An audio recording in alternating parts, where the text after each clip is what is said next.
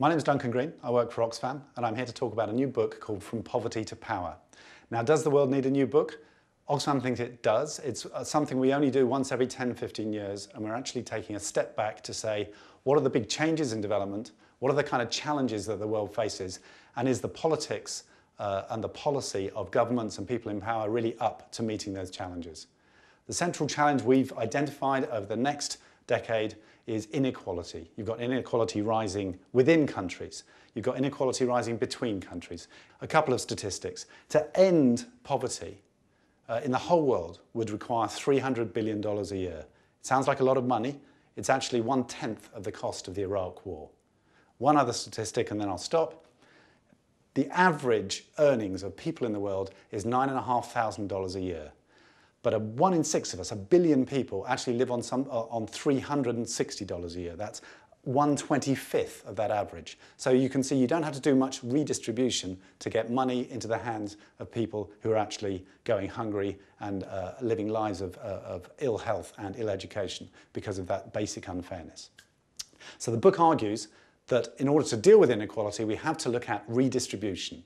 And the place where redistribution has to start is redistribution of power. People are poor because they are powerless. They have to get power, a sense of power in themselves, and then exert that power through their organisations, through elections, through holding the people who are running the countries and their local communities to account. So there's a basic sense of empowering people, which is actually, I think, something that has happened. If you look at, say, 1900, in 1900 there was only one elected government, universally elected government in the whole world. It was New Zealand. By the end of the century, by 2000, there were 120 countries where you had some kind of democracy. And that's a real sense of the movement in the right direction of empowering people. Lots of democracies have things wrong with them. They could be much better. But things are moving and we want to speed that up.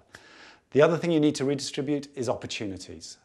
People have to have health care, they have to have education, and then they can actually make the most of their rights and their lives. So there's a basic redistribution there. And then the third thing that needs to be redistributed is assets.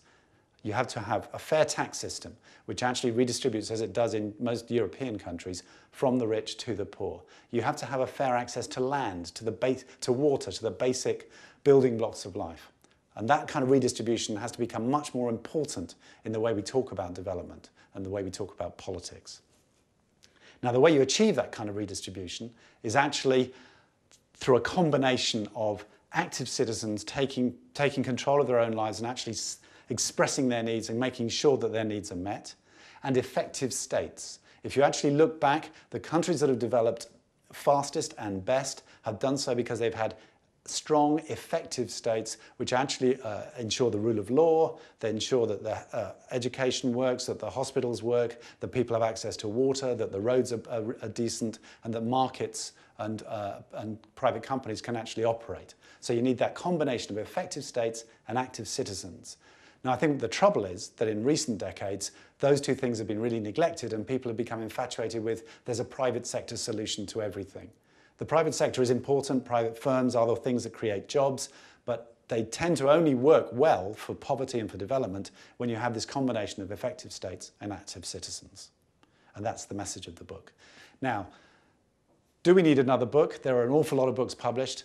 Oxfam thinks it was worth it in the sense that we've just spent 2 years writing it. We've involved hundreds and hundreds of people across Oxfam and outside, academics, experts, in a consultation to produce this thing, because we think that there's a gap in what people have available. When you finish college, when you're looking for a kind of narrative on how the world is developing, there's not a good version out there which actually puts this kind of balanced picture and says, this is how we think development is happening.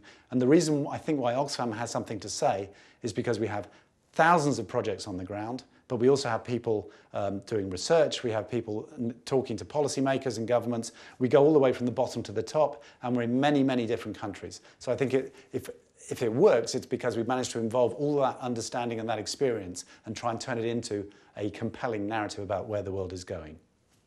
Final point is about urgency. Okay? What you've got is a moral urgency. You know, every year, 30 million children are born malnourished, because their mother was not properly fed when she was pregnant, or because they don't get proper food in the first 18 months of life. That's completely unnecessary. As I've said earlier, there's plenty of money to go round, but those 30 million lives are blighted for a lifetime. If you're malnourished at that point, you can't learn so well, and you're going to have ill health for the rest of your life. So you have lifetimes blighted by bad politics and just stupid arrangement of the way the world is. And that has to change. But there's a practical urgency as well. That level of inequality, that level of injustice is actually wasteful. You know, if women aren't involved in the workforce, you've just wasted half the potential of society.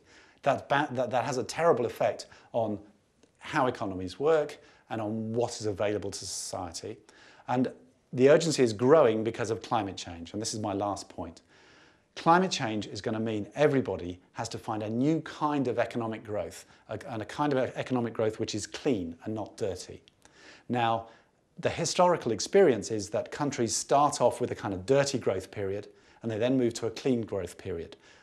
And the trouble is that poor countries now are facing a future where they won't be able to do that initial dirty growth period.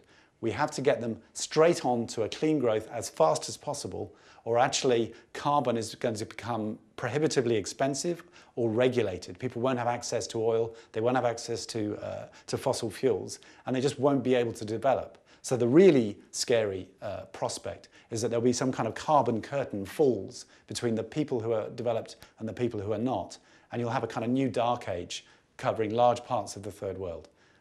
We have to prevent that, and the way to do that is to move fast to get the whole world into this kind of clean, pro-poor economic development, and that's the final message of this.